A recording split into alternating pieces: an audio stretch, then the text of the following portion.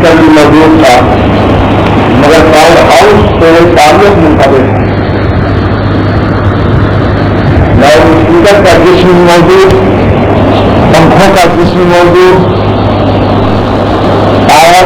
Wiring یعنی تار سامنے نظر آ رہے ہیں مگر نہ پنکھا چل رہا تھا نہ لاؤڈ اسپیکر چل رہا تھا.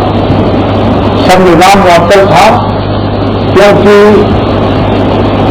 پاور ہاؤس سے تعلق اس کا صحیح نہیں تھا.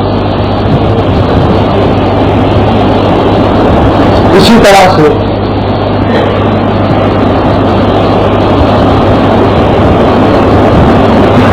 اللہ تعالیٰ کے فضل اور رحمت کے لیے تار لانا پڑتا ہے, پاور ہاؤس سے رجوع کرنا پڑتا ہے.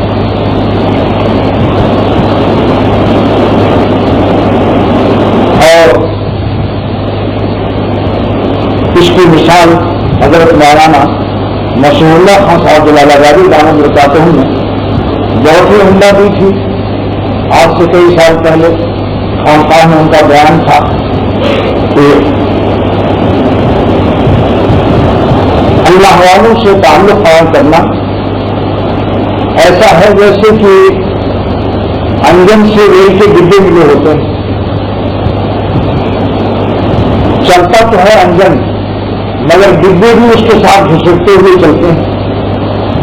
بعض ایئر کنڈیشن ہوتے ہیں, بعض فرسٹ کلاس کے ہوتے ہیں اور بعض سیکنڈ کلاس کے ہوتے ہیں. بعض اتنے خراب ہوتے ہیں کہ ان کی شیٹیں پھٹی ہوتی ہیں اور اسکرو ڈھیلے ہوتے ہیں اور شیٹیں کیوں چاہ کرتی چلتی ہیں. لیکن جہاں انجن فرسٹ کلاس کو پہنچاتا ہے ایک کنڈیشن ڈبوں کو وہیں تیسرے درجے اور خراب قسم کے ڈبوں کو بھی ملبے تعلق سے پہنچا دیتا ہے. یہ مثال مولانا نصیر اللہ خان صاحب جلالآبادی دامت برکاتہ جو حضرت حامد رحمۃ اللہ علیہ کے کرام خلفاء میں سے ہیں انہوں نے یہ بیان فرمایا کہ تعلق کی برکت یہ ہوتی ہے. اور یہ بات جو انہوں نے فرمائی بظاہر تو اس میں جو اہل علم حضرات ہیں وہ کہیں گے اس کی کوئی دلیل ہونی چاہیے. بزرگوں کی بات بلا دلیل نہیں ہوتی. جیسے کہ حضرت بابا فرید الدین عطار رحمۃ اللہ علیہ فرماتے ہیں بے رفیق ہر پیشت در راہ عشق اللہ کی محبت کے راستے میں بغیر راہنما اور بغیر راہبر کے بغیر کسی رفیق اور ساتھی کے تنہا جو اللہ کا راستہ طے کرنا چاہتا ہے تو عمر بھی بس ساری عمر تمام ہو گئی, قبروں میں دفن ہو گئے. وہ نشد آگاہ عشق اللہ تعالیٰ کی محبت سے آگاہی واقعی بنائی. رفیق اتنا ضروری ہے ساتھی دین کا کہ جس کو قرآن پاک میں اللہ سبحانہ تعالیٰ فرماتے ہیں حسن اولئک رفیقا. یہ انبیاء علیہم السلام, صدیقین, شہداء, صالحین بہترین ساتھی ہیں, ان کو ساتھ پکڑ لو. اسی رفیقہ کا لفظ لے لیا حضرت بابا فرید الدین عطار رحمۃ اللہ علیہ نے تو قرآن سے لیا ہے کہ بے رفیق ہر پیشت در راہ عشق بغیر رہنما اور راہبر کے جو اللہ کی محبت میں چلے گا وہ راستہ اور اللہ کی محبت سے آگاہی اس کو نہیں ہو سکتی. کہیں نہ کہیں کسی چکر میں آ جائے گا کیونکہ دشمن لگے ہوئے, نفس و شیطان بھی ساتھ میں ہے. کہیں بڑائی دل میں ڈال دیں گے, کہیں دنیا کی محبت میں پھنس جائے گا, کہیں شکلوں کی, صورتوں کی, عورتوں کی محبت کے چکر میں آ جائے گا. جب تک رہنما نہ ہو, پائلٹ اگر صحیح ہے تو اسٹیم بھی ہو, پیٹرول بھی ہو تو پائلٹ صحیح پہ نہیں اتارے گا. اور اگر پائلٹ دیانتدار نہیں ہے, اس کی نیت خراب ہو گئی تو غلط جگہ ایئرپورٹ پہ اتار دے گا جہاں ایئرپورٹ نہیں ہو, خود بھی مرے گا, سب کو لے کے بھی مرے گا. ایسی رہنما صحیح ہونا چاہیے. تو معلوم نہیں ہوا کہ جس طرح سے ابھی پاور ہاؤس سے تعلق منقطع تھا, سارے پنکھے بند, لاؤڈ اسپیکر بند. شیخ سے جب تعلق منقطع ہو جاتا ہے تو ایسے ہی اس کا حال ہو جاتا ہے کہ فیض بند ہو جاتا. پاور ہاؤس سے ابھی تعلق آ گیا, وہاں سے فیض آ گیا, پنکھے چلنے لگے, لاؤڈ اسپیکر چلنے لگے, سب نے کہا الحمدللہ. یہی حال ہے. اور اللہ کی صحبت سے خیر اسی طرح سے آتا ہے، وہ کٹ آؤٹ کا کام دیتے ہیں۔ تو رفیق کا لفظ دیکھیے قرآن میں آیا وہی اللہ والوں کو۔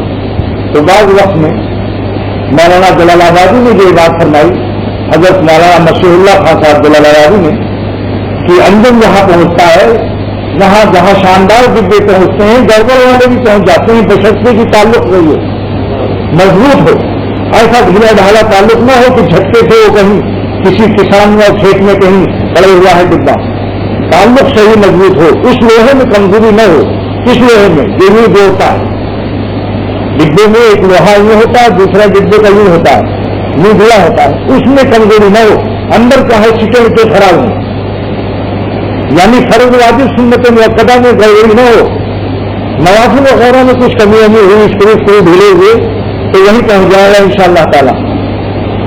لیکن اگر فرض ہی واجب ادا نہیں کرتا تو اس کے معنی ہی کہ اس کا وہ یہاں گل گیا جس سے پتلا ہوا تھا، وہ صحیح ہونا چاہیے اور پتلی صحیح ہونی چاہیے۔ اور یہ بھی دیکھ لو کہ کسی نے اس کے نٹ بورڈ تو کھال نہیں دیے ہیں، ہاں اپنی لائن بھی دیکھتے رہنا چاہیے کہ ہم صحیح راستے پر چل رہے ہیں۔ تو معلوم یہ ہوا کہ یہ بات ابن حجر العسقلانی رحمۃ اللہ علیہ جو 1,00,000 حدیثوں کے حافظ ہیں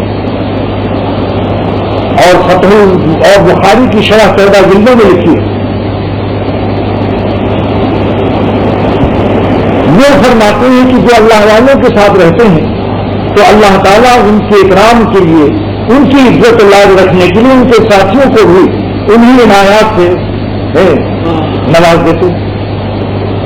ان گلیس ہوں، اصل میں بخاری کی روایت تو یہ ہے ان الجلساء واللائش کا گلیس ہوں، یہ ایسے ساتھی ہیں اللہ والے صالحین متقین اولیاء اللہ، ایسے ساتھی ہیں کہ حضور فرماتے ہیں صلی اللہ تعالی وسلم کہ اللہ تعالیٰ یہ فرماتے ہیں، حضور فرماتے ہیں صلی اللہ تعالیٰ علیہ وسلم کہ اللہ تعالیٰ یہ فرماتے ہیں۔ اس حدیث کا نام کیا ہے؟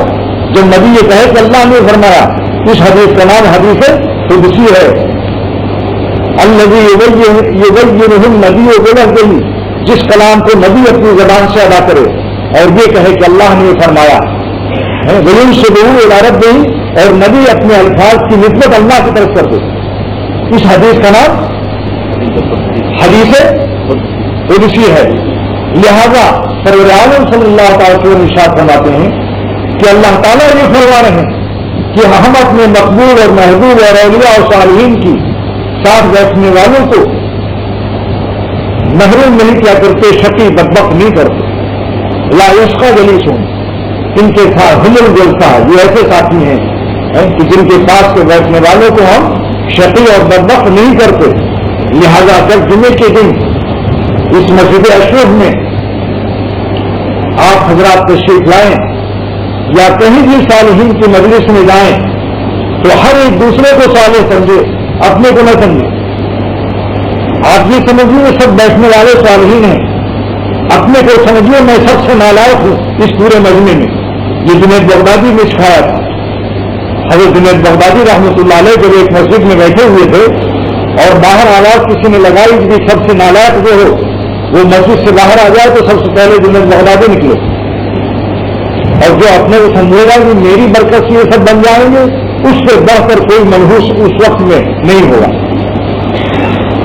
سوچ لو بھائی، خوب سمجھ لو، برکت کی نسبت اپنی طرف مت کرو، اتنی ہی کوئی تعریف کر دو، چکر میں مت آؤ۔ اپنے گھوڑے کی شرارت سب گھوڑا سوار جانتا ہے، اپنے گھوڑے کی شرارت کو ہر گھوڑا سوار جانتا ہے جو اس پر سواری کرتا ہے، کہاں کہاں ہم کو گراتا ہے، کس کے گڈھے میں گراتا ہے۔ اور ذرا سا کسی نے تعریف کر دی مولانا واہ واہ کیا گھوڑا سا آپ کا شاندار ہے، تو میں یہ خوشی ہو تو اب ہم اپنی تعریف سن کر اس کے چکر میں آ رہے ہیں۔ لہذا ہر شخص یہ سمجھے کہ جو یہ صالحین کا مجمع ہے، یا اللہ میں سب میں نالائق گنہگار ہوں، ان صالحین کی برکت سے بخاری کی اس حدیث کے مطابق اور اللہ اپنے ارشاد کے مطابق حدیث قدسی اللہ تعالیٰ کا ارشاد ہوتا ہے ہماری شقاوت کو سعادت سے تبدیل فرمائے. ہم ان کو وہی ساتھی سمجھتے ہیں. ہم الگلسا بخاری کی روایت، بخاری شریف کی روایت کہ یہ اللہ کے نیک بندے وہ ساتھی ہیں کہ جن کے پاس بیٹھنے والا محروم نہیں کیا جاتا. تو اللہ جہاں بھی آپ صالحین کی مجلس میں جائیں. جامعہ اشرفیہ جب میری حاضری ہوئی تو بڑے بڑے اکابر اولیاء اللہ موجود تھے وہاں، جن کو گمان کیا جاتا ہے کہ یہ سب اولیاء اللہ ہے. دعویٰ تو نہیں کر سکتا آدمی بھائی کیا معلوم، لیکن نیک گمان کرنے پر تو ثواب مفت کا ملتا ہے اور بدگمانی پر عذاب مفت کا ملتا ہے. نیک گمان پر دوسروں کو اچھا سمجھنے پر مفت کا ثواب ملتا ہے، کیونکہ ظلم بالمؤمنین خیرا حدیث میں ہے ایمان والوں کے ساتھ اچھا گمان رکھو. لہذا اس نے نبی کی حکم پر عمل کیا. اللہ تعالیٰ دلیل نہیں پوچھیں گے تم ان کو کیوں نیک سمجھتے تھے. نیک گمان پر مفت میں ثواب اور بدگمانی اور برے گمان پر مفت میں عذاب. مقدمہ دائر ہو جائے گا اس کے اوپر. اللہ تعالیٰ فرمائیں گے لاؤ دلیل پیش کرو. میرے بندے سے تم بدگمان تھے، اس کو مکار سمجھتے تھے، لاؤ دلیل پیش کرو. تو میرے شیخ صاحب غنی صاحب رحمۃ اللہ علیہ فرمایا کرتے تھے کہ بہت بیوقوف وہ انسان ہے جو اپنے اوپر مقدمہ چڑھا لے. بیوقوف انسان ہے، پاگل ہے وہ کہ مفت میں مقدمہ اپنے اوپر دائر کر رہا بدگمانی کر کے. اور بدگمانی جو ہے، جس کو بدگمانی آتی ہے تو گمان کا گھر کہاں ہے؟ وہ کہاں ہوتا ہے گمان؟ دل. دل میں بدگمانی آتی ہے. دل برتن ہے اور وہ وہاں گمان کے ساتھ بد لگا ہوا ہے، برا. جب برتن میں بری چیز آئے گی تو برتن برا نہیں ہوگا، وہ دل بھی برا ہو جاتا ہے. جس دل میں برے برے گمان مسلمانوں کے بارے میں، اپنے بھائیوں کے بارے میں آتے ہیں، وہ دل بھی برا ہو جاتا ہے. برتن میں جو چیز رکھی جائے گی اس کا اثر تو ہوتا ہے. لہذا مفت میں نیک گمان رکھنا چاہیے. تو ایسے موقع پر یہ دعا کر لے. جب کبھی یہاں آنا ہو، کہیں بھی حاضری ہو، ہم بھی دعا کریں، آپ بھی دعا کریں کہ اللہ اس پورے مجمع میں کچھ ایسے جو بندے ہوں آپ کے صالحین مقبولین جو چل کر آئے ہیں اور ان کی اخلاص میں کوئی شک نہیں. جو یہاں جو مجمع ہے اللہ ہی کے لیے تو آتا ہے آدمی، اور حدیث میں ہے جو اللہ کے لیے چل کر آتا ہے کسی سے ملنے کے لیے تو 70,000 فرشتے اس کے گھر کے ساتھ چلتے ہیں جہاں وہ جاتا ہے، اور اس کے لیے دو دعا دیتے ہیں. نمبر 1 کہ اللہ اس کے گناہوں کو معاف کر دے. نمبر 2 اللہ اس کو اپنا پیارا بنا لے کیونکہ تیرے پیارے کے پاس جا رہا ہے. یہ آپ کے لیے فلاں بندے سے ملنے جا رہا ہے، اس کو اپنا محبوب اور اپنا مقبول بنا لیں. تو دو دعائیں کرتے ہیں. تو ہم لوگ بھی یہ دعا کر لیں کہ اللہ اس مجلس میں کوئی بھی آپ کا صالح مقبول صالحین، ان صالحین کی برکت سے ہماری شکاوتوں کو سعادت سے تبدیل کر دیں اور وہ وعدہ جو بخاری کے اندر ہے اس کو پورا فرما دیں. اور ابن حجر اسقلانی رحمۃ اللہ علیہ فرماتے ہیں ان جلیسہم، اللہ والوں کے ساتھ بیٹھنے والے، یندرج معہم، انہیں کے ساتھ مندرج ہو جاتے ہیں، یعنی انہیں اللہ والوں کے ساتھ ان کا شمار کر دیا جاتا ہے. کس بات میں؟ فی جمیع ما یتفضل اللہ علیہ. یہ ابن حجر اسقلانی کی عبارت ہے فتح الباری کی، شرح بخاری کی. فرماتے ہیں جتنا انعام اللہ والوں پر اترے گا ان پر بھی اللہ تعالیٰ فضل کر دے گا. کیوں؟ مفہوم لہو اکرام لہم، ان کا اکرام. آپ کے پاس کوئی معزز مہمان آتا ہے، آپ اس کے گھر کے ساتھیوں کو بھی اسی دسترخوان پر کھلاتے ہیں. بولیے شیخ اگر آ جائے آپ کے گھر تو شیخ کی ٹانگ دبانے والوں کو بھی آپ وہی کھانا کھلاتے ہیں. یہ نہیں کہہ سکتے کہ یہ خادم ہے لہذا خادم کو بعد میں کھلائیں گے. اور خادم کا ایک انعام اور ملتا ہے، من خدمہ خدمہ، جس نے خدمت کیا اس کی خدمت کی جاتی ہے، یعنی وہ مخدوم بنا دیا جاتا ہے. لیکن مخدوم بننے کی نیت سے خدمت نہیں کرنا چاہیے، اللہ کو راضی کرنے کے لیے خدمت کرنا چاہیے. تو مولانا نصر اللہ خان صاحب جلال آبادی دامت برکاتہم نے یہ بات فرمائی، بہت عمدہ بات فرمائی کہ ٹوٹے پھوٹے ڈبے بھی اگر صحیح جوڑ ہے تو اسٹیشن پر نہیں پہنچ جائیں. تو اللہ تعالیٰ کا بہت بڑا احسان ہے. اور فرمایا کہ جب کوئی سلسلے میں داخل ہوتا ہے، یہ بات ایک اکابر اگر نہ کہتے تو ہماری سمجھ میں بھی بات نہ آتی. یہ بات مولانا مسعود اللہ خان صاحب جلال آبادی دامت برکاتہ نے فرمایا کہ جب کوئی داخل سلسلہ ہوتا ہے تو اللہ تعالیٰ اپنے بندوں کے اعمال کو حضور صلی اللہ تعالی علیہ وسلم کی خدمت میں بھی اس امت کے اعمال کو پیر اور جمعرات کو اطلاع دی جاتی ہے. اسی لیے بعض بزرگوں نے فرمایا کہ پیر اور جمعرات کو جو داڑھی مناتے ہیں وہ کم سے کم پیر اور جمعرات کو نہ منائیں تاکہ اس دن وہ عمل حضور کو نہ پہنچے, تکلیف ہوگی حضور صلی اللہ علیہ وسلم کو. اس کے معنی نہیں کہ اور دن جائز ہے, جائز تو کسی دن بھی نہیں ہے. شاید اس اکرام کی برکت سے کہ آج ہمارا عمل حضور صلی اللہ علیہ وسلم کی خدمت میں پیش کیا جائے گا, اس کی برکت سے شاید اس کو توفیق ہی ہوگا. حضور صلی اللہ علیہ وسلم خوش ہو اتنا تو کہیں دیکھو آج اس نے اتنا تو میرا خیال کیا, معلوم نہیں کیا ادا پسند آ جائے اللہ تعالیٰ. بعض وقت میں بعض ادا پسند ہو جاتی.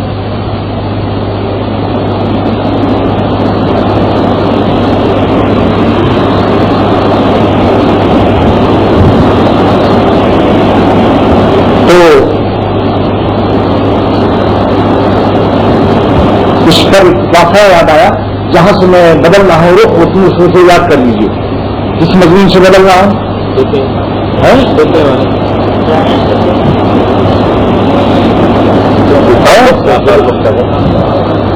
تعلق ہے. ہاں, حضرت نے یہ فرمایا, اب اس کو پورا ہی کر دوں ورنہ سبھی بھول جائیں گے. حضرت مولانا مسعود اللہ خان صاحب جلال آبادی دامت برکاتہ نے ارشاد فرمایا کہ جب کوئی داخلی سلسلہ ہوتا ہے یعنی اللہ والوں کے ہاتھ پر بیت ہوتا ہے تو عالم برزخ میں بھی اطلاع کی جاتی ہے, یعنی والدین کو بھی ہمارے اعمال پیش ہوتے ہیں. بعض لوگ صرف یہ سمجھتے ہیں کہ حضور صلی اللہ تعالیٰ علیہ وسلم ہی کو امت کا عمل پیش کیا جاتا ہے. نہیں, والدین کو باپ دادا کو بھی. اور اس طریقے سے عالم ارواح میں سارے سلسلے, چاروں سلسلہ چشتیہ, قادریہ, نقشبندیہ, سہروردیہ, یعنی امام غزالی, جنید بغدادی, باعزید بستانی, بابا فرید اور شیخ عبد القادر جیلانی, سارے اولیاء اللہ کو پتہ چل جاتا ہے کہ آج ہمارے سلسلے میں ایک بندہ داخل ہوا. اعمال پیش کیے جاتے ہیں, اعمال پیش کیے جاتے ہیں. تو فرمایا کہ جب کوئی بندہ داخل سلسلہ ہوتا ہے, خصوصاً حاجی امداد اللہ صاحب حاجی مکی رحمۃ اللہ علیہ, اس سلسلے میں عجیب برکت ہے. کوئی چشتی ہوتا ہے, کوئی نقشبندی ہوتا ہے, کوئی قادریہ ہوتا ہے. حاجی صاحب کے سلسلے میں چاروں سلسلے میں نہیں ہیں, لہذا چاروں سلسلے میں بیعت کرتے تھے. اور وہی طریقہ آج چلا آ رہا ہے ہمارے بزرگوں کا کہ بیعت کرتے وقت میں یہ کہتے ہیں کہ داخل ہوتے ہیں سلسلہ چشتیہ میں, قادریہ میں, نقشبندیہ میں, سہروردیہ میں. یہ حاجی صاحب پر چاروں سلسلے مل جاتے ہیں کیونکہ ان کے کئی شیخ تھے, وہ درمیان چاروں مل گئے, لہذا چاروں سلسلوں کا اللہ خوش ہو جاتے ہیں کہ آج ہمارے پوتا پیدا ہوا. کوئی کہتا ہے پوتا ہوا, کچھ نہ کچھ تو لگ جاتے ہیں ان کے رشتے میں, لہذا وہاں سے دعائیں شروع ہو جاتی ہیں, ان کی توجہ شروع ہو جاتی ہے. تو کتنے اولیاء اللہ اس کی طرف متوجہ ہو جاتے ہیں. یہ بات اگر مولانا جلال آبادی نہ فرماتے تو ہماری سمجھ میں بات نہ آتی.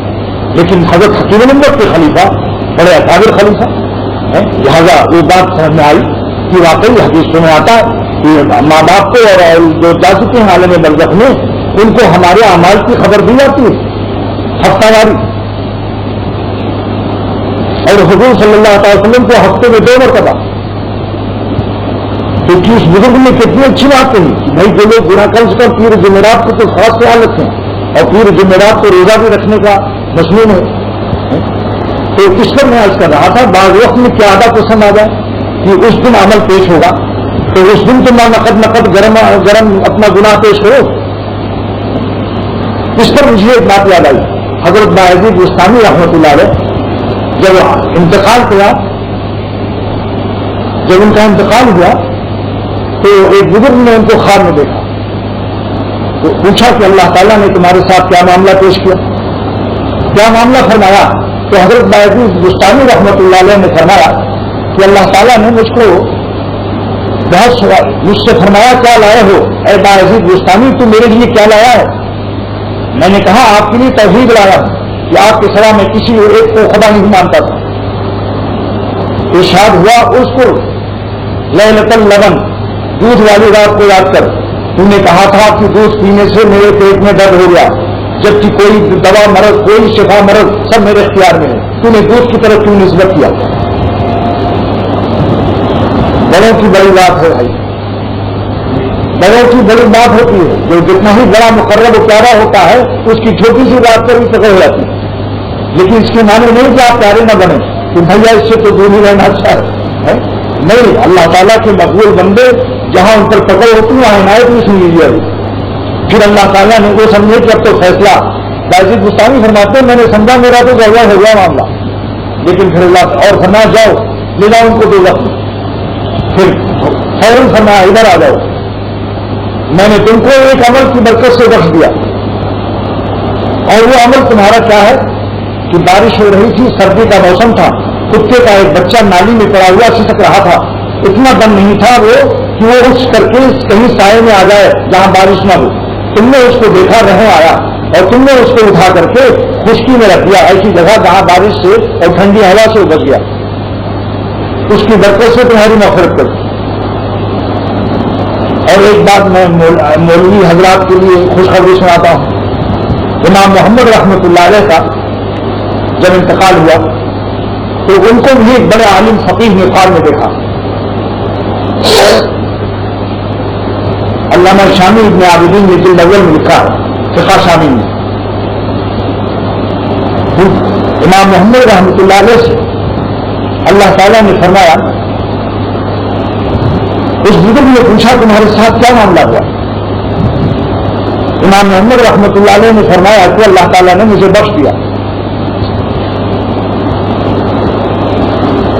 اور یہ بھی فرمایا، بخش کر کے یہ بھی فرمایا، مغفرت فرما کر یہ بھی فرمایا کہ ان عرب تو عذاب کا، اگر میں تجھے عذاب دینے کا ارادہ رکھتا، ان عرب تو عذابت، اگر میں تجھے عذاب دینے کا ارادہ کرتا، ما جعلت حاضر علم فیکا، تو میں تجھے علم فقہ نہ عطا کرتا، یہ علم دین نہ عطا کرتا.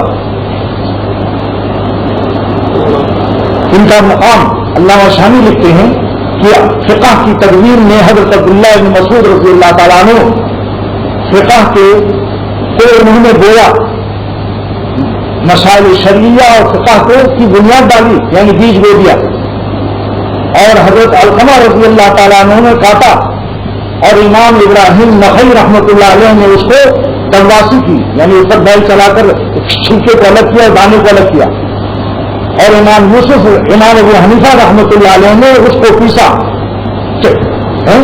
اور امام یوسف رحمۃ اللہ علیہ نے پانی ڈال کر گوندا، اور امام محمد رحمۃ اللہ علیہ نے روٹی پکائی. اور قیامت تک سب کھائیں گے فقہ کے مسئلے مفت میں. امام شافعی رحمۃ اللہ علیہ کے استاد ہیں، اور امام شافعی کی والدہ سے نکاح بھی کیا تھا. امام محمد رحمۃ اللہ علیہ امام شافعی کے والد بھی تھے اس حیثیت سے، استاد بھی تھے. امام شافعی رحمۃ اللہ علیہ فرماتے ہیں کوئی شخص فقیہ نہیں ہو سکتا جب تک کہ امام محمد کی رحمۃ اللہ علیہ کی یہ کتابیں 6 مخصوص زیادات، جامع صغیر، جامع کبیر، سیر صغیر، سیر کبیر، 6 کتابوں کی تصنیف نہ پڑھ لیں. یہ حضرات دیکھیے، امام ابو حنیفہ رحمۃ اللہ علیہ کی بھی ایک بات ان کے بارے میں لکھا ہے کہ 40 سال تک عشاء کے وضو سے فجر کی نماز پڑھیے. 55 حج کیا ہے، 100 مرتبہ اللہ تعالیٰ کو خواب میں زیارت کی ہے. یہ کہاں سے بیان کر رہا ہوں؟ شامی جلد نمبر 1 دیکھ لو. علامہ شامی ابن عابدین کی جلد نمبر 1 میں سارے حالات لکھے ہوئے.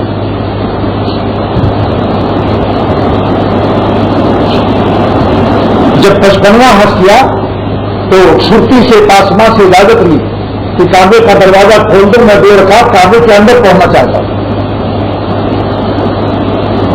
دروازہ کھول دیا گیا، کعبے کے اندر داخل ہو کر امام ابو حنیفہ رحمۃ اللہ علیہ نے 2 رکعت میں پورا قرآن پڑھ لیا.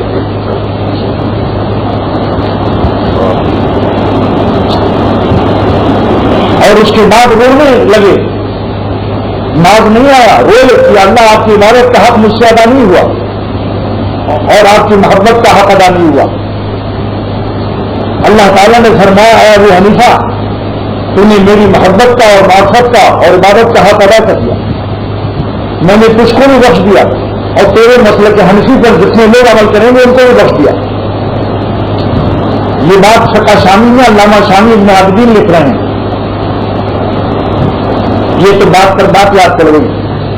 میں عرض کر رہا تھا کہ اللہ تعالیٰ کے مقبول بندوں کے تعلق کی برکت کو اللہ اگر کسی مسلمان کو معلوم ہو جائے تو کوئی مسلمان ایسا دنیا میں نہیں ہوگا جس میں کسی نے اللہ والے کی صحبت میں بیٹھنا نہ شروع کر دے. جو برکتیں ہیں ان کی صحبتوں میں. ڈاکٹر عبدالحی صاحب رحمۃ اللہ علیہ نے فرمایا کہ تمہارے پیر شاہ عبدالقدیر صاحب نے ایک بات مجھ سے فرمائی کہ پارس پتھر کے پاس جب لوہا جاتا ہے تو سونا بن جاتا ہے. لیکن ایک شخص پارس پتھر سے کہہ رہا تھا کہ لوہا کیسے سونا بنتا ہے تمہاری صحبت سے؟ تو اس نے کہا مجھے دلیل بیان کرنے کی ضرورت نہیں ہے, تو یہ لوہا لے آؤ, بس دلیل تمہارے سامنے آ جائے. جگر مراد آبادی کا کیا حال تھا؟ شراب پیتے تھے, یہاں تک کہ مشاعرے میں اتنا پیتے تھے کہ لڑکھڑائے بھی آتے تھے, آخر سرخ رہتی تھی. لیکن اب بتاتا ہوں سونا کیسے بنتے ہیں. یہی جگر مراد آبادی حکیم الامت کی خدمت میں گئے حضرت تھانوی رحمۃ اللہ علیہ کے پاس, اور اس جانے سے پہلے دل میں خوف پیدا ہوا کہ پینے کو تو بے حساب پی لی, پینے کو تو بے حساب پی لی, اب ہے روزے حساب کا دھڑکا. علامت کا خیال آیا کیا جواب دوں. پہلے عرض کر چکا ہوں کہ 5 سوال کا جواب دیے بغیر کوئی شخص قیامت کے میدان سے نہیں ہٹ سکے گا. زندگی کہاں ختم کی, جوانی کس کھیل میں گزاری, مال کہاں سے کمایا 3, مال کہاں خرچ کیا 4, اور اپنے علم پر کتنا عمل کیا 5. ان کو بھی خوف آیا, پینے کو تو بے حساب پی لی, اب ہے روزے حساب کا دھڑکا. حکیم الامت کی صحبت آخر رنگ لائی. صالحین کی صحبت کہ جس طرح سے بھی حاصل ہو. تبلیغی جماعت کے جو برکات ہیں اس کے اندر بھی یہی راز ہے کہ جو لگے ہوئے ہیں مخلصین ان کی صحبت مل جاتی ہے, اور 40 دن تک باہری بات گھر کی فکروں سے دور. اب رائن کا اجتماع بھی قریب ہے, غالباً 6 نومبر کو ہے. لہذا یہ جس کو اللہ تعالیٰ وقت دے موقع دے ضرور جانا چاہتے ہیں. روئے زمین پر ایسی صالحین کی جماعت کوئی نہیں ہے, اور جتنی بھی جماعتیں کام کر رہی ہیں منحصر جماعت کوئی نہ کوئی غرض, کوئی نہ کوئی سیاست, کوئی نہ کوئی اس میں چیزیں ہوتی ہیں. یہی ایک جماعت ہے جو اللہ کے لیے اپنے پیسے سے اپنے خرچ سے خدا کی راہ میں نکلتی ہے. اور جس پہاڑ کے دامن میں بھی جاؤ, کشمیر کے 2-2 ہزار فٹ پر پہاڑوں پر بھی جاؤ تو وہاں بھی مجھے یہی لوگ ملے جہاں دیکھو کچھ. آپ کون ہیں صاحب؟ میں صاحب تبلیغی جماعت سے وابستہ ہوں. بات سننے والے بھی اور امیر جماعت بھی تیار. تو یہ کہہ رہا ہوں کہ اس میں فائدہ کا راز کیا ہے؟ انہیں صالحین کی صحبت رات دن مل جاتی.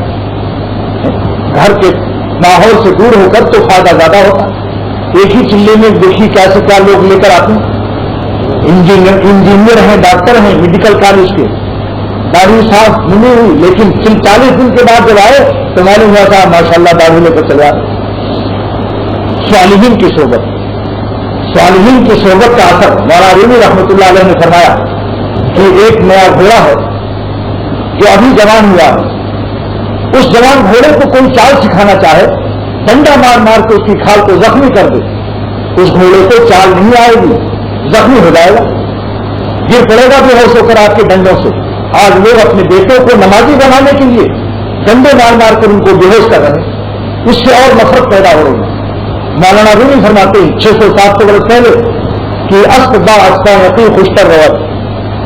نیا گھوڑا جو جوان ہو گیا ہے دوسرے پرانے گھوڑوں میں ڈال دو اس کو جو چل رہے ہیں پہلے سے. اسب با اسبا, اسبا جمع ہے اسب کی, اسب مانے گھوڑا, فارسی لفظ ہے. نئے گھوڑے کو جو جوان ہوا ہے چال نہیں جانتا اس کو پرانے گھوڑوں میں ڈال دو.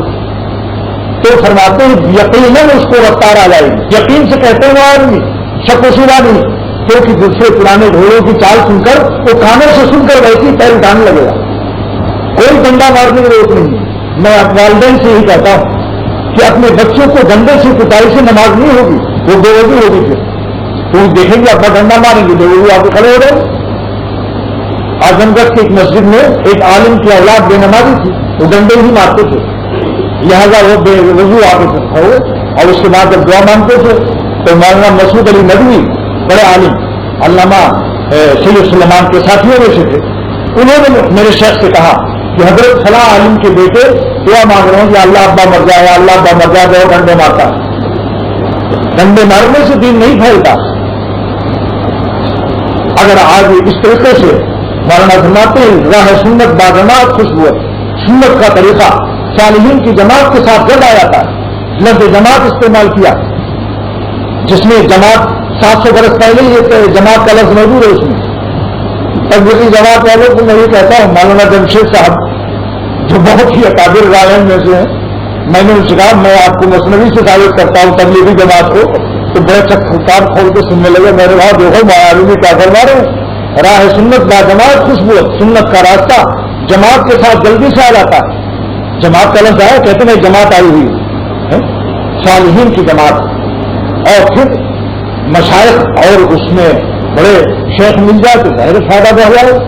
لیکن خانقاہوں میں آنے کے لیے طلب و پیاس کی شدید ضرورت ہے. عام بچوں میں آج کل اتنی طلب نہیں ہے کہ ایک بڈھے کے پاس آ کر کے دین سیکھنے لگے. اللہ ماشاء اللہ سب تو نہیں ہے, مگر عموماً طلب کمزور ہے. اللہ تعالیٰ مولانا الیاس صاحب رحمۃ اللہ علیہ کو کی قبر کو نور سے بھر دے اور ان کو جزائے خیر دے کہ ان کے قلب میں اللہ نے الہام فرمایا کہ امت بگڑی ہوئی ہے, کہ میٹرک بھی نہیں ہے, اس کو پی ایچ ڈی ہم کیا کرائیں گے, نماز روزہ کچھ نہیں, تصوف کیا ہم سکھائیں گے. لہٰذا اس طریقے کو اللہ نے چلایا جس کی وجہ سے سارے عالم میں دیکھو کیسے پھیلے جا رہے ہیں, کام ہو رہا ہے نہیں ہو رہا. پھر انہی میں سے جب روزہ نماز سے لگ گئے راستے پر تو شیخ کو بھی تلاش کر لیتے. تبلیغی جماعت کی بہت بڑی تعداد خود مجھ سے گئے تھے, ضرورت محسوس کرتے اس لیے کہ وہ سمجھتے ہیں کہ گناہ چھوٹتا ہے شیخ سے, اللہ والوں سے, متقیوں کی صحبت سے. وہ طریقہ بتاتا ہے, ان کی صحبت کی برکت سے وہ طریقہ بتاتا ہے. لہذا شیخ اور خانقاہوں سے استغنا نہیں ہے, لیکن اپنے بچوں کو بجائے پٹائی کرنے کے ان کو ایسے جماعتوں میں بھیجنا چاہیے. اس سے آسانی سے نمازی اور عقائد کی اصلاح اور ساتھ ساتھ جو ضروری ہے قرضے ہیں دارمی وغیرہ یہ سمجھنے کی آواز ہے.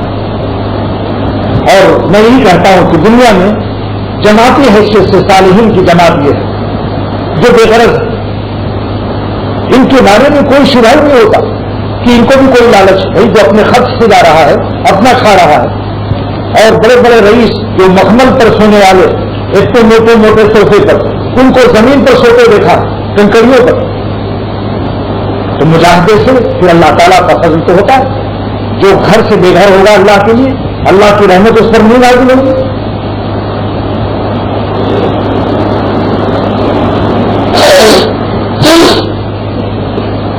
تو میں کر رہا تھا کہ صالحین کی صحبت اتنی مبارک چیز ہے کہ اگر صحیح حقیقت معلوم ہو جائے اس کا مزہ, تو شاید ہی کوئی مسلمان ہو کہ صالحین اور اللہ والوں کی صحبت کو نہ اختیار کرے.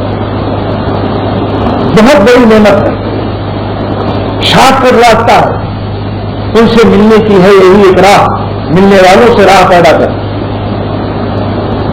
ورنہ پھر شیطان ہی اس کو چکر میں ڈال دیتا ہے. صالحین کی برکت بہت بڑی نعمت, بہت بڑی چیز. تو ڈاکٹر عبدالحی صاحب رحمۃ اللہ علیہ نے فرمایا کہ تمہارے شیخ شاہ عبدالغنی صاحب رحمۃ اللہ علیہ نے فرمایا کہ پارس پتھر سے کسی نے پوچھا کہ تمہارے پاس لوہا آ کر سونا کیسے بن جاتا, تو اس نے کہا دلیل مت مانگو, لوہا لے آؤ سونا ہو جائے گا. جگر صاحب گئے پیتے پیتے پیتے پیتے گئے, توبہ نہیں کی, کھانا بھون میں گئے, وہاں بھی پی. اس کے بعد حضرت سے بیٹھ ہوئی اور عرض کیا حضرت 4 دعا کر دیجیے, داڑھی رکھ لوں, شراب سے توبہ کر لوں, حج کراؤں اور ایمان پر خاتمہ نصیب ہو جائے. حضرت نے ہاتھ اٹھائے, مجدد حکیم الامت میں جن کے 70 لاکھوں علماء اولیاء اللہ نے عوام کو نہ جانے کتنے ہیں. اللہ تعالیٰ اللہ والوں کی اس طرح سنتا ہے, آتے ہی انہوں نے شراب چھوڑ دی, داڑھی رکھی. ڈاکٹروں کا بورڈ بیٹھا, جگر صاحب بیمار ہو گئے, ڈاکٹروں کے بورڈ نے فیصلہ کیا, یو پی میں آل انڈیا شاید بین الاقوامی یو پی کے ڈاکٹروں کا بورڈ نے فیصلہ کیا کہ جگر صاحب اگر شراب دوبارہ پینا نہیں شروع کریں گے تو آپ بچ نہیں سکتے، کیونکہ آپ کا جگر بالکل خراب اور بالکل یعنی خون کم ہو رہا ہے، اور کیونکہ عادت پڑ چکی ہے لہذا نظام سارا جسم کا خراب ہو رہا ہے، بغیر شراب نظام خراب ہو رہا ہے۔ جگر صاحب نے کہا اچھا، اور اگر شراب پینا شروع کر دوں تو یہ نظام کب تک صحیح رہے گا، کئی برس زندہ رہے گا؟ ڈاکٹروں نے کہا 8-10 برس اور چل جائے گی گاڑی۔ کہنے کے اس کے بعد موت تو مرنا تو ہے۔ کہنے لگے کہ دیکھو بھائی، میں 8-10 سال اللہ کے غضب میں جی کر اور غضب الہی لے کر اپنے خدا کے پاس نہیں جانا چاہتا۔ اگر جگر کو آج موت آنی ہے تو آج آ جائے، میرے خدا تو راضی ہوگا، خدا تو راضی ہوگا، ہم اس کی رضا کو لے کر جانا چاہتے ہیں۔ موت تو آنی 10 برس تک اور ہم اسی اللہ کے غضب اور ناراضگی میں جیے، اس زندگی سے بہتر ہے کہ جگر کو آج موت آ جائے، لیکن ہم توبہ کی حالت میں مریں گے تو اللہ تعالیٰ پیار کریں گے اور محبت فرمائیں گے۔ قرآن کے اندر ان اللہ یحب التوابین، اللہ تعالیٰ توبہ کرنے والوں سے پیار کرتے ہیں، محبت فرماتے ہیں۔ یہ نہ سمجھو توبہ کرنے کے بعد بھی ڈنڈے لگیں گے، بعض شیطان دل میں شبہ ڈالتا ہے کہ میاں توبہ پتہ نہیں قبول بھی ہے یا نہیں، کہیں توبہ کرنے کے بعد بھی نہ ڈنڈے لگیں۔ لا حول ولا قوۃ الا باللہ، یعنی قرآن پر اعتماد کریں۔ قرآن اعلان کر رہا ہے ان اللہ یحب التوابین، اللہ تعالیٰ توبہ کرنے والوں سے محبت فرماتے ہیں۔ ارے قرآن پر تو ایمان لاؤ ہے، تم کو معاف کرنے سے خدا کی معافی کے سمندر میں کون سی کمی ہو جائے گی؟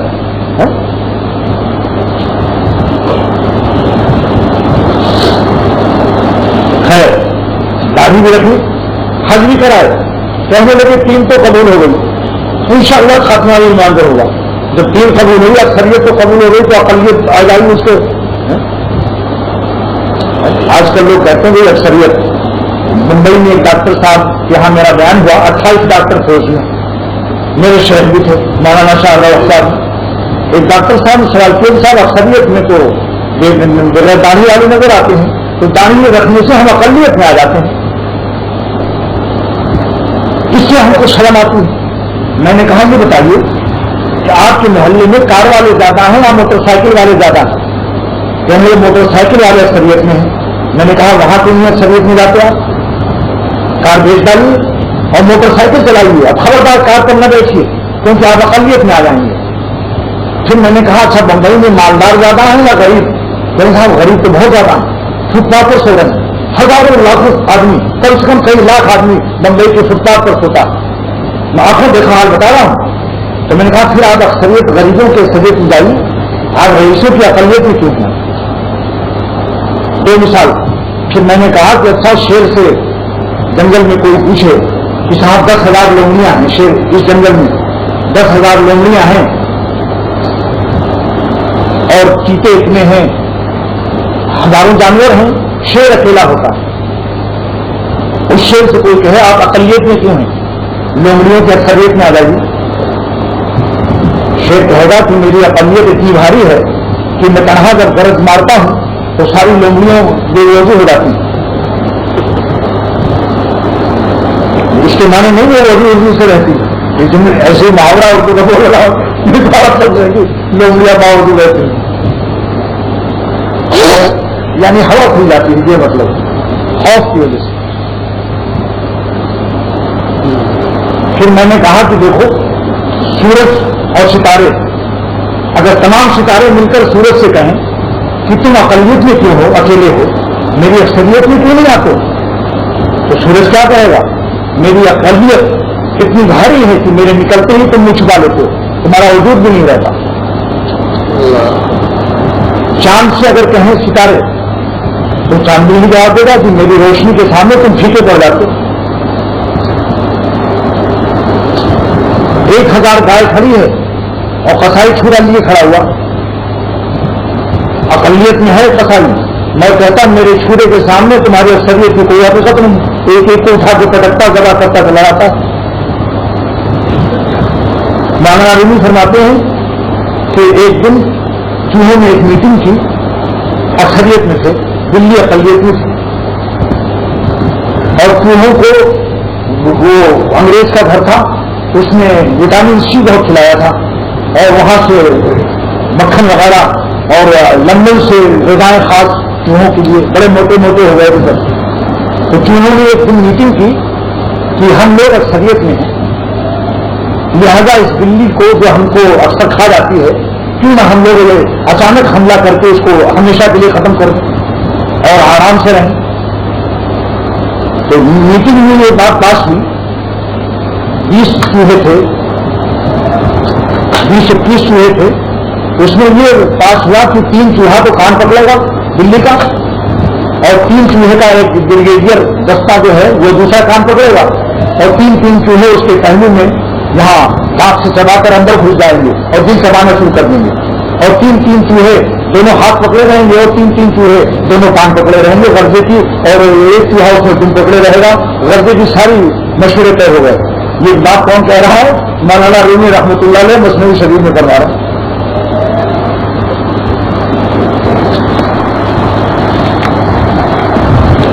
اور وہ بلی انہوں نے دیکھا کہ آج کل تو بہت ہی صحت مند ہے، ہم نے تو یہ مناسب وقت غور کیا جائے گا۔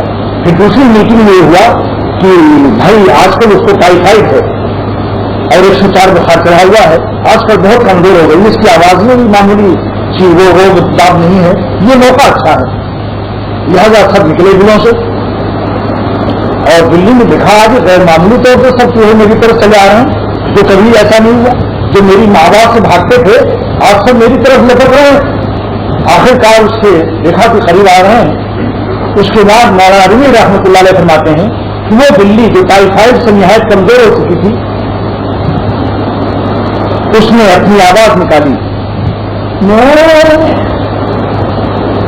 بس مولانا رومی فرماتے ہیں چوہوں کو بھاگنے کے لیے دن میں راستہ نہیں ملا تو آپس میں ایک دوسرے کی وہ گھسائی ہوئی کہ لڑائی ہو گئی، کسی کھاد چھل گئی، کسی کان پڑ گیا، پنجاب کسی کی دل ٹوٹ گئی، غرضے کی بہت بری طرح دلوں میں گھسنا شروع کیا، کیونکہ وہ جانتے تھے دل میں نہیں آ سکتی، وہ اس کی دادی کا ان کو استعداد تھا۔ مولانا فرماتے ہیں کہ دوستو، جو دل بلی کے سینے میں ہے خدا نے رکھا ہے، وہ چوہوں کے 1 لاکھ چوہے ہوں، لیکن اجتماعیت اور اکثریت سے دل نہیں بدلتا۔ اللہ تعالیٰ انبیاء کو دل دیتا کرتا ہے، ساری دنیا کافر ہوتی، اکیلے اپنی نبوت کا اعلان کرتا ہے۔ صدیق اکبر نے تنہا ایمان لا کر اعلان کر دیا کہ میں محمد سے اسلام لاتا ہوں، وقال اننی من المسلمین ومن احسن قولا ممن دعا الی اللہ وقال اننی من المسلمین۔ دیکھا آپ نے دعویٰ کر دیا، تو فرمایا رومی رحمۃ اللہ علیہ نے اللہ سے تعلق قائم کرو۔ جب اللہ تعالیٰ سے تعلق ہوگا تو لومڑی، جس لومڑی کے کان میں شیر یہ کہہ دے کہ گھبرانا مت، ہم تمہارے ساتھ ہیں، وہ لومڑی چیتے کا کلہ ایک گھوسے میں پھاڑ دیتی۔ لن یصیبنا الا ما كتب اللہ لنا، مومن ہمیشہ اعلان کرتا ہے کہ ہر دن مجھے کوئی مصیبت نہیں دے سکتا، لن یصیبنا، ہر دن ہم کو کوئی مصیبت نہیں پہنچا سکتا، الا ما كتب اللہ لنا، مگر جو اللہ نے لکھا ہے، اور اللہ نے لکھا ہے لنا لام نفع کے لیے آتا ہے، اس میں ہمارا فائدہ لام نفع کے لیے آتا ہے۔ لہذا اللہ والوں کو اللہ تعالیٰ کے تعلق سے وربطنا علی قلوبہم اقرارتا ہوتا ہے۔ اصحاب کہف کمزور تھے، غریب تھے، لیکن اللہ نے کتنی قوت دی، بادشاہ سے منازعہ کر رہے ہیں۔ آپ اس دنیا میں کہیں یہ مت سوچیے کہ ہم داڑھی رکھ لیں گے تو اقلیت میں ہو جائیں گے، ہمارا پاجامہ ٹخنے سے اونچا ہوگا۔ بخاری کی حدیث ہے کہ جو پاجامہ جس کا اور یا لنگی ٹخنے سے نیچے لٹک جائے اتنا حصہ دوزخ میں چلے گا۔ اللہ تعالیٰ کی رحمت سے یہ سب محروم ہو جاتا ہے، مسلم کی روایت ہے، اور اللہ تعالیٰ اس کے کلام میں رحمت نہیں فرمائیں گے، گفتگو بھی نہیں فرمائیں گے، گلا عزت کی ہوں اور تذکیہ، اس کو تذکیے کی توفیق بھی نہیں کریں گے، عطا فرمائیں گے اپنی اصلاح کی، اور ساتھ ساتھ ایک عذاب لہم درد عذاب علیم، اس کو عذاب علیم بھی ہوگا۔ ساری بخاری مسلم کی روایت ہے، مگر آدمی ڈرتا ہے کہ ٹکنے سے اگر ہم پتلون جو ہے ہماری اونچی نہ ہوگی تو ہم کو ماڈرن نہیں سمجھیں گے، ہم کو سمجھیں گے پرانا لوگ، ایک پرانا بیوقوف قسم کا ڈاکٹر ہے۔ بعض لوگ یہ سمجھتے ہیں کہ ہم کو بیوقوف سمجھیں گے، لیکن میں دوستوں یہ کہتا ہوں کہ صدر ذیل سنگھ سکھ ہے، کبھی اپنی داڑھی سے نہیں شرماتا، ہمیں شرمانا چاہیے۔ تمام دنیا کے بادشاہ ہندوستان آتے ہیں، لیکن وہ سکھ صدر اپنی داڑھی ایک پگڑی باندھے ہوئے بیٹھا ہوا ہے۔ تعجب ہے کہ مسلمانوں کو ایسا خیال ہے، کیا ہم سکھوں سے بھی گئے گزرے کہ اپنی داڑھی سے شرما رہے ہیں، کپنے سے اوپر پیدانا کرتے ہوئے شرما رہے ہیں؟ یہ ہماری کمزوری ہے، سخت شرم کی بات ہے۔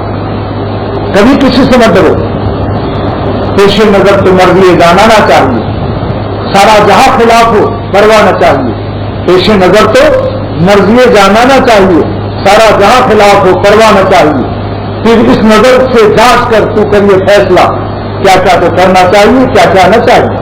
یہ دیکھو اللہ کس بات سے راضی ہے۔ دوستوں میں عرض کرتا ہوں، ایک سانس بھی اللہ کی ناراضگی میں جینے سے تمام لوگ بڑی منحوس گھڑی ہوتی ہے۔ کتے میں پتھر ڈال دے، گردے میں پتھر ڈال دے، کینسر بلڈ کینسر پیدا کر دے، نہ جانے کیا عذاب آ جائے گا۔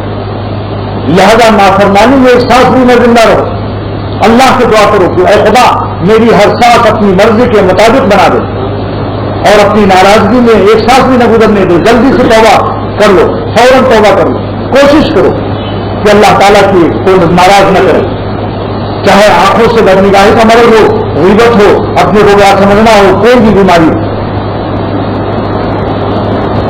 لہذا کبھی مخلوق سے نہیں ڈرنا چاہتے، اسی لیے صحبت کی ضرورت ہے۔ یہ ڈر کیسے نکلے گا؟ یہ ڈر نکلے گا کیسے؟ مخلوق کا ڈر جب نکلتا ہے جب خالق سے تعلق ہو جائے اور اللہ تعالیٰ کی محبت اور معرفت نصیب ہو جاتی ہے۔ جب شیر کی معرفت ہو جاتی ہے پھر لوگ عملیوں سے اس کا ڈر نکل جاتا ہے۔ جب دیکھتا ہے اللہ کی طاقت اتنی ہے اور یہ میں مخلوق سے ڈر رہا ہوں، یہ قبروں میں ہمارا کیا ساتھ دیں گے؟ دنیا میں بھی ساتھ نہیں دے سکتے۔ کوئی بیماری آ جائے تو یہ دنیا والے جن کے ڈر سے داری نہیں رکھتا انسان، جن کے ڈر سے پیغامہ جو ہے بڑھتا ہے، یہ لوگ کہیں گے کہ وہ پرانے آدمی ہیں، نئی روشنی ان کے پاس ہے ہی نہیں۔ مگر سوچ لو خواجہ صاحب نے نئی روشنی پر کیا شعر کہا، نئی روشنی پر بہت پیارا شعر کہا ہے۔ یہ نئی روشنی یعنی ماڈرن زندگی، لندن کی، امریکہ کی اور مدینے والے کی زندگی سے دوری، اس پر کتنا پیارا شعر کہا۔ تیرا اے نئی روشنی منہ ہو کالا، تیرا اے نئی روشنی منہ ہو کالا، دلوں میں اندھیرا ہے باہر اجالا۔ تیرا اے نئی روشنی منہ ہو کالا، دلوں میں اندھیرا ہے باہر اجالا۔ باہر صاف ستھرے لباس، استنجا بھی نہیں کیا، باہر تو ایک دم ڈرائی کلینک، بالکل ون ڈے سروس، ایک دم پتلون استری بھی ہے اور استنجا بھی نہیں کیا، پیشاب اندر لگا ہوا، دل میں تمام گندگی خباثت، باہر سے صاف ستھرے۔ پھر آئے نئی روشنی منہ ہو کالا، دلوں میں اندھیرا ہے باہر اجالا۔ اور فرمایا کہ دیکھو پرانی حضور صلی اللہ علیہ وسلم کی سنت کو اپناؤ، اس میں جو چیزیں اور نئی چیزیں نہیں ہیں۔ حضرت صاحب نے فرمایا پرانے چاولوں کو پا نہیں سکتے نئے چاول۔ آپ کہتے ہیں نا یہ تو پرانی ڈیزائن ہے کہ نہیں، ڈر کے ساتھ نئی چیز ہونی چاہیے۔ آج کل کیا کرا خدا حافظ پرانے چاولوں کو پا نہیں سکتے نئے چاول، پرانے چاولوں کو پا نہیں سکتے نئے چاول، پکانے ان سے خشکا تک نہیں سکتی ہے بریانی۔ کیوں صاحب بریانی پکانے کے لیے پرانا چاول لاتے ہیں نیا؟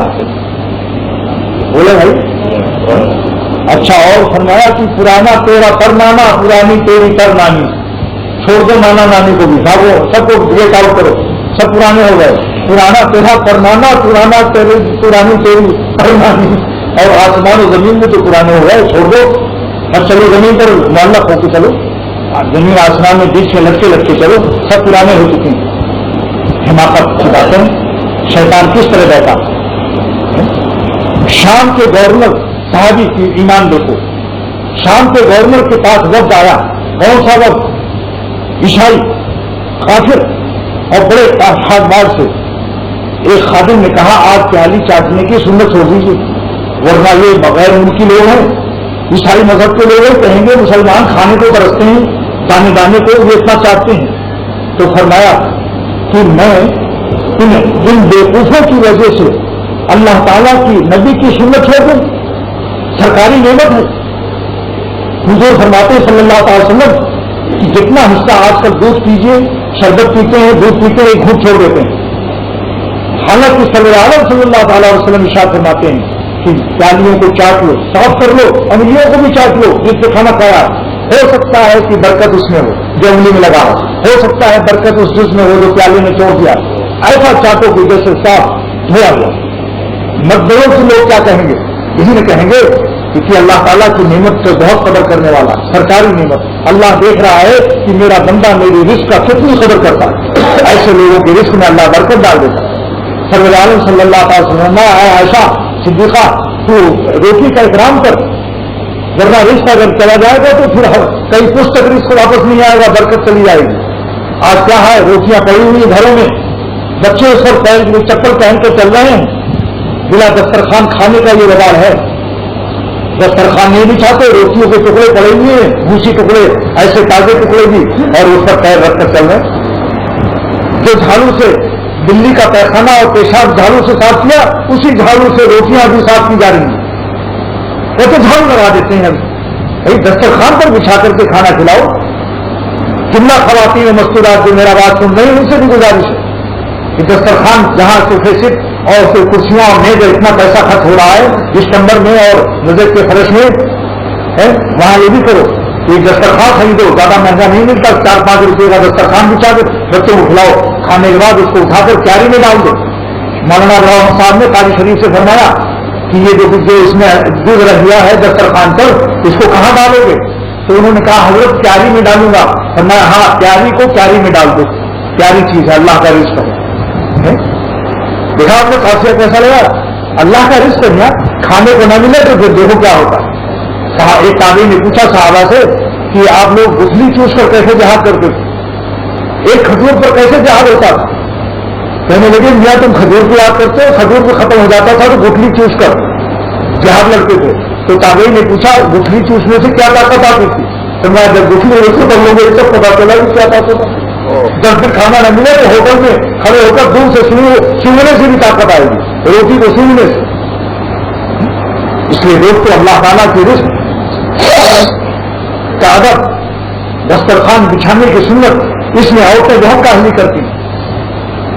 کوئی لوٹے پر رکھ کے کھا رہا ہے پلیٹ، کوئی کسی ہاتھ میں لے کے کھا رہا ہے. بھائی کچھ نہ کچھ تو گر جاتا ہے. دسترخوان بچھاؤ، کپڑا ہو، ریکسین ہو، پلاسٹک ہو، اس پر کیا کہتے ہیں بچھا کر کھلائیے بچوں کو.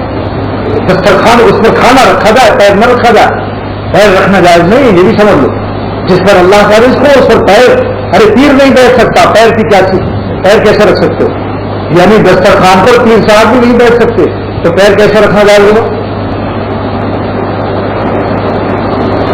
ہاتھ دھو کر کھانا. اب آپ بتائیے کسی بڑے سے بڑے ولی سے مسافہ کرنے کے لیے ہاتھ دھونا ضروری ہے؟ اللہ کی کوئی نجاست لگی ہے مگر باوجود بیٹھے ہیں آپ، ولی سے مسافہ کرنے کے لیے ہاتھ دھونا نہیں ہے.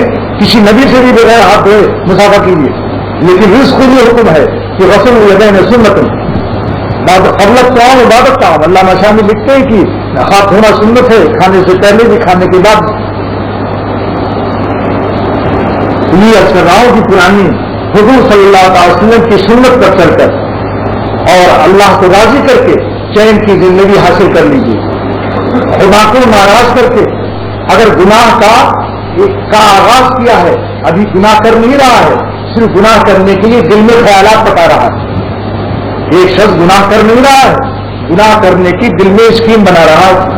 سوچ رہا ہے چلو کسی اور کو دیکھیں یا غیبت کریں یا سنیما دیکھیں یا اسی آر دیکھیں، ٹی وی کا پروگرام دیکھیں، چاہے وہ عورتیں ہوں یا وہ گھٹنے کھلے ہوتے ہیں. اکثر کرکٹ والوں کے ناف سے گھٹنے تک چھپانا مردوں کے لیے فرض ہے. مرد کو مرد کا عورت کے ناف سے گھٹنے تک دیکھنا حرام ہے. مردوں کو بھی کسی مرد کا ناف سے گھٹنے تک لگوٹ باندھے ہوئے باکسنگ ہو رہی. باکسنگ کا محمد علی کے لیے آج باکسنگ ہے، سب دیکھو بیٹھے ہوئے ہیں، بڑے بڑے داڑھی والے بھی اور تصویر بھی لی ہوئی ہے، حاجی بھی اور حجین آگے ہیں پان ڈال لی ہوئی، وہ بھی بیٹھی ہوئی اور ٹی وی کا پروگرام وہ محمد علی کی باکسنگ دیکھ رہے ہیں. اب بھائی ناف سے گھٹنے تک چھپانا اور تو عورتوں کے لیے اور بھی مردوں کو نہ دیکھنا چاہیے. سب بڑا قرآن شریف ہم تو بات سنتے ہیں، یہ سب بہانے ہیں. جس چمچے سے تم کو تمہارا کوئی پیخانہ اٹھائے اسی چمچے سے تمہیں حلوہ کھلائے کھاؤ گے. جس ٹی وی پر ناچ گانا اللہ اور رسول کے خلاف ناچ گانے کی باتیں آتی ہیں اسی برتن کو قرآن سننا کیسے جائز ہو جائے گا؟ ادب کے خلاف ہو گیا نہیں. اگر آپ کو کوئی عورت اپنے بچے کا پیخانہ کسی چمچے سے صاف کر دے اور اسی چمچے سے آپ کو چائے کی پیالی میں چینی کھول دے